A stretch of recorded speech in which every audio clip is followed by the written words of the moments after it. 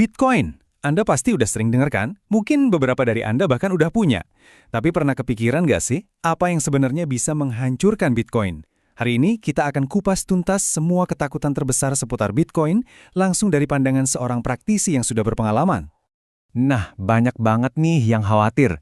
Gimana kalau tiba-tiba ada satu terobosan teknologi super canggih yang bisa bikin Bitcoin jadi nggak berharga sama sekali? Kita juga semua pasti pernah dengar istilah serangan 51%, yang kedengarannya serem banget itu.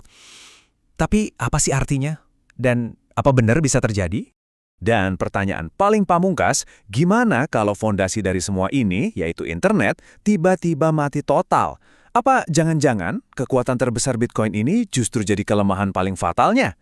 Yuk kita cari tahu jawabannya.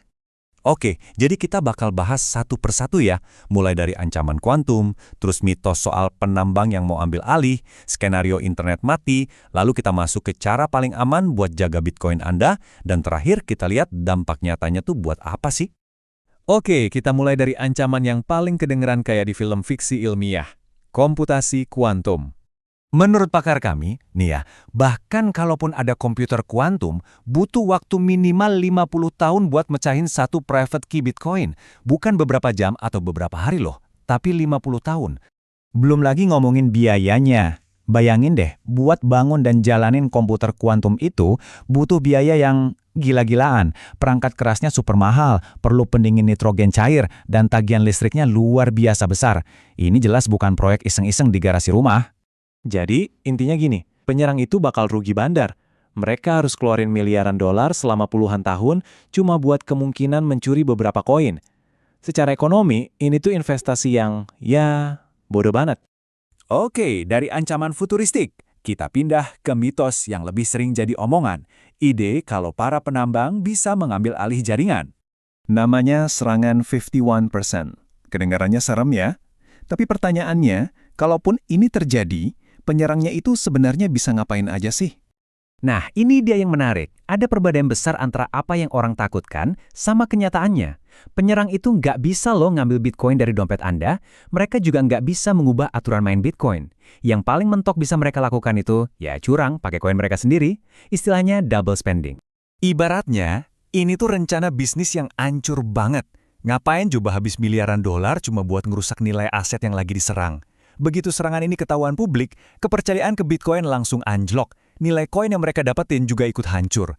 Ini bener-bener kayak bakar rumah sendiri buat dapat klaim asuransi. Sangat merugikan diri sendiri. Sekarang, kita masuk ke skenario kiamat terbesar. Gimana kalau internet di seluruh dunia mati? Bener-bener offline. Dan slide ini nunjukin poin yang sangat penting. Kalau internet global mati total, ini bukan cuma masalah buat Bitcoin. Ini kiamat buat semua sistem keuangan modern. Bank, pasar saham, semuanya bakal lumpuh. Jadi kalau kita cuma fokus nyalain Bitcoin, itu cara pandang yang sempit banget. Terus gimana kalau cuma sebagian yang mati? Misalnya internet di satu negara, atau bahkan satu benua, mati. Nah, disinilah kekuatan desentralisasi kelihatan. Jaringan Bitcoin itu bakal tetap jalan di belahan dunia lain. Kenapa? Karena node-nya tersebar di jutaan titik di seluruh dunia. Data Anda aman, karena salinan blockchain-nya ada di mana-mana.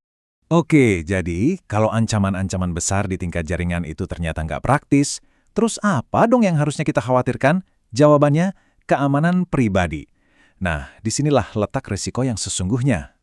Cara paling aman buat nyimpen Bitcoin itu namanya cold wallet. Intinya, Anda simpan di perangkat yang sama sekali nggak nyambung ke internet. Jadi hampir semua risiko kena hack online itu hilang. Ini adalah benteng pribadi Anda.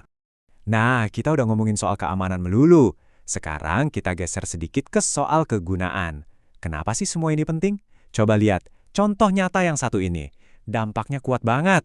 Bayangin deh, jutaan pekerja migran yang kirim uang ke keluarga di kampung halaman. Biasanya kan lewat bank atau jasa pengiriman uang. Potongannya tuh bisa gede banget, belum lagi biaya konversi mata uang. Uang yang harusnya utuh buat keluarga malah banyak kepotong di jalan. Nah, dengan Bitcoin, proses kirim uang lintas negara ini bisa jadi jauh lebih cepat. Dan yang paling penting, jauh lebih murah. Artinya, lebih banyak uang yang sampai ke tangan keluarga yang benar-benar butuh. Ini bukan lagi soal spekulasi harga, tapi soal manfaat nyata di kehidupan sehari-hari. Jadi, setelah kita bedah semua mitos tadi, apa sih kesimpulan utamanya? Apa yang bisa kita bawa pulang dari obrolan ini? pakar yang jadi sumber kita ini cerita, ada orang yang dari bertahun-tahun lalu nanya ke dia soal Bitcoin, dan sampai sekarang pertanyaannya masih itu-itu aja. Tapi orang lain yang mulai coba dari dulu, ya hasilnya udah kelihatan sekarang. Ini nunjukin kalau resiko terbesar itu kadang bukan karena teknologinya, tapi karena kita nggak ngapa-ngapain, lumpuh karena terlalu banyak analisis. Jadi pertanyaan penutupnya buat kita semua, mana yang lebih produktif? Terus-terusan bertanya, gimana kalau begini, gimana kalau begitu sampai nggak bergerak? Atau mulai ambil langkah kecil dan belajar sambil jalan? Nah, itu dia pemikiran terakhir yang ingin kami tinggalkan untuk Anda. Terima kasih sudah menyimak.